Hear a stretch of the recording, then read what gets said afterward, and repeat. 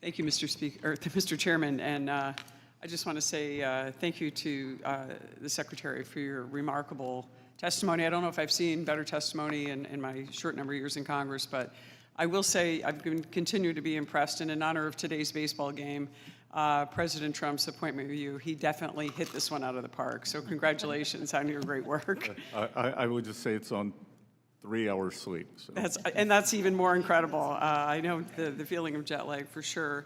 And I just wanted to talk to you about a couple things. And I'm a small business owner. I have a district that my entire northern border is Canada, and they're a very important trading partner on so many levels. And we really, I was one of the people that was here in President Trump's first term and voted for the Tax Cuts and Jobs Act. And unlike the Democrats who are here, I come from rural upstate New York, and I will tell you as a small business owner, and our business is in its 79th year, we're still in business. And the one thing that saved us was the Tax Cuts and Jobs Act. It was incredible to give us the small business benefits that we received, that some of them you referred to today. And I just wanted to highlight just a couple things just to touch on this issue. And I really thank Secretary of Commerce Howard Lutnick for meeting with us and talking about this issue with us. But we do have a number of legacy businesses in my community. They're copper fabricators, aluminum fabricators, all dependent on smelting operations coming from Canada. And some of these companies are 100 years old, 200 years old. Paul Revere built his copper business in my region, Revere Copper. It's been there for over 200 years. And they're a little concerned about the tariffs, although they wholeheartedly agree we need to bring our supply chains back.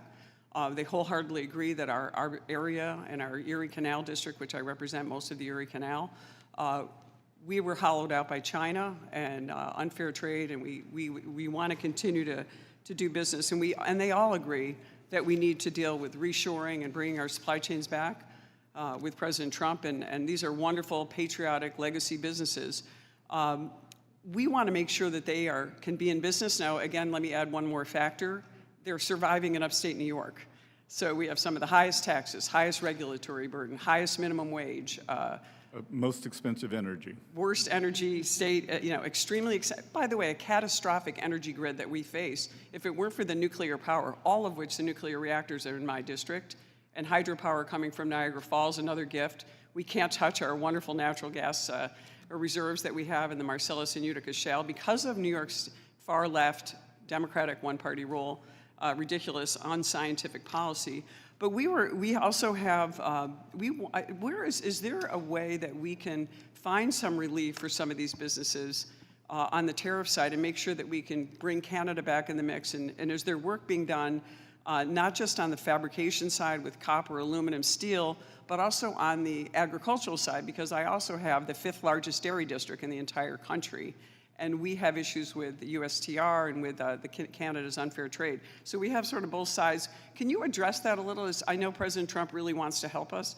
Where's your position on this? So, Representative, I think that you have talked about the balancing act that rebalancing trade constitutes. Because on one hand, Canada has very discriminatory dairy tariffs on the U.S. I can't remember the number, but they're in the... Right. We'd like to revisit that issue as well, the USTR. We think they're unfair. We think... They're in the hundreds of percents. Yes. After a bit. We are happy, even though it's commerce and USTR, my staff is happy to discuss with you, your constituents, your staff, what we can do to make the manufacturing up there more resilient. Companies that have been around since Paul Revere are doing something right. Mm-hmm. So we want to make sure that we can help them not only survive, but thrive. And so we are happy to do that. And look, I think that the new Canadian government has made very good progress in righting some mistakes made by the previous leadership. So I think we are on a more sustainable path. I'll be traveling with President Trump to the G7 on Sunday, and I would expect that we would be meeting with Prime Minister Carney. We really appreciate it. And then just, I mean, we want to see these tariffs in place, but we also want to see a balance, as you say, so that we can keep these legacy businesses and the thousands of jobs that they produce in our region. And everybody's all for reshoring, and everyone's for making sure that we make these things in America, because we can and must do that again in order to build our economy. And I just want to thank you again, and I know you're on a little bit of sleep, but we are grateful for your service and the wonderful job you're doing representing our nation. Thank you. Well, thank you. And we are